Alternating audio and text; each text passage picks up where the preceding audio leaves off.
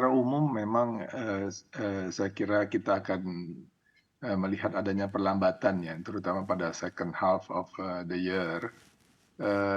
Tetapi ini tidak karena pengaruh dari kebijakan moneter kita, lebih karena memang pengaruh dari, global yang membuat mungkin para pelaku ekonomi menjadi wait and see.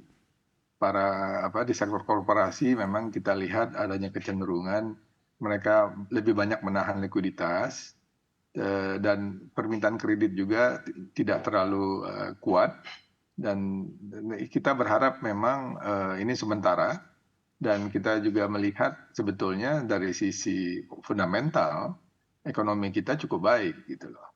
Nah, dan saya yakin dengan berakhirnya katakanlah bukan berakhir, tetapi semakin optimisnya pasar dan para pelaku ekonomi melihat situasi Indonesia di tengah-tengah katakanlah tahun pemilu, ini akan bisa membuat ekonomi kita tumbuh.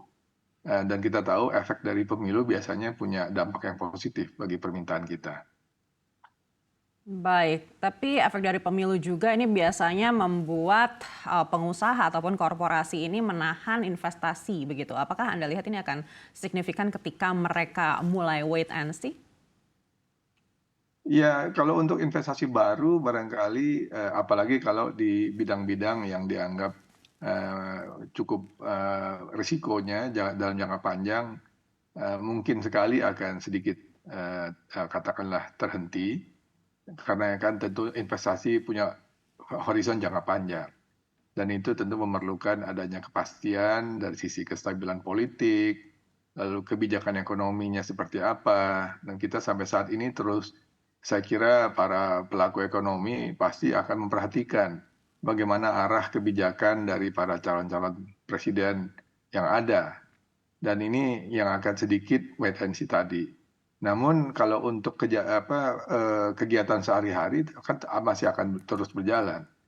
Ini yang saya pikir yang membuat ekonomi kita masih akan tetap bertahan. Kalau kita lihat angka GDP yang baru saja disampaikan oleh BPS, ya kita bisa akan tumbuh 5%, mudah-mudahan bisa lebih tinggi sedikit gitu ya, sehingga tahun depan setelah pemilu kita akan bisa menjadi lebih tinggi lagi pertumbuhan ekonominya.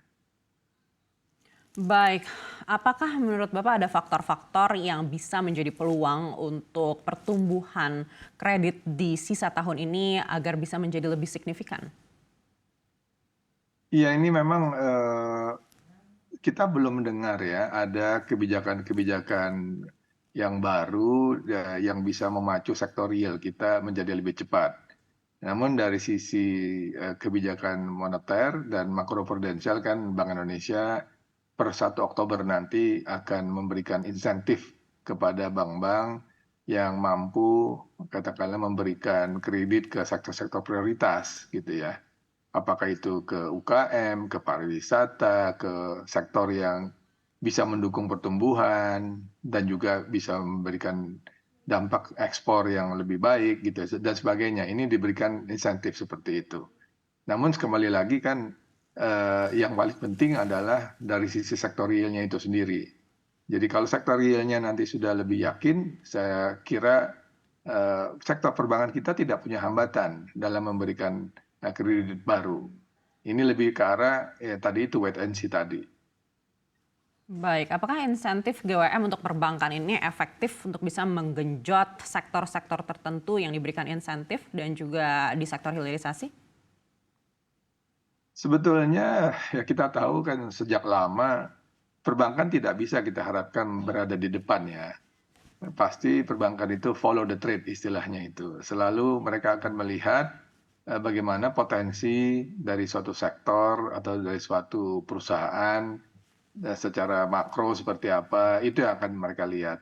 Dan tentu dengan mempertimbangkan risiko dari kredit itu sendiri.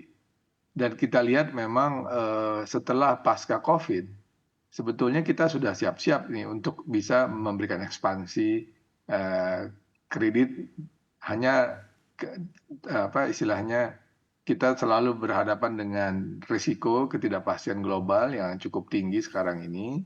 Sementara dari sisi dalam negeri saya lihat sih lebih banyak kesempatannya kecuali tadi ini efek dari menunggu kepastian dan juga informasi yang lebih lengkap lah tentang kebijakan ekonomi yang akan datang.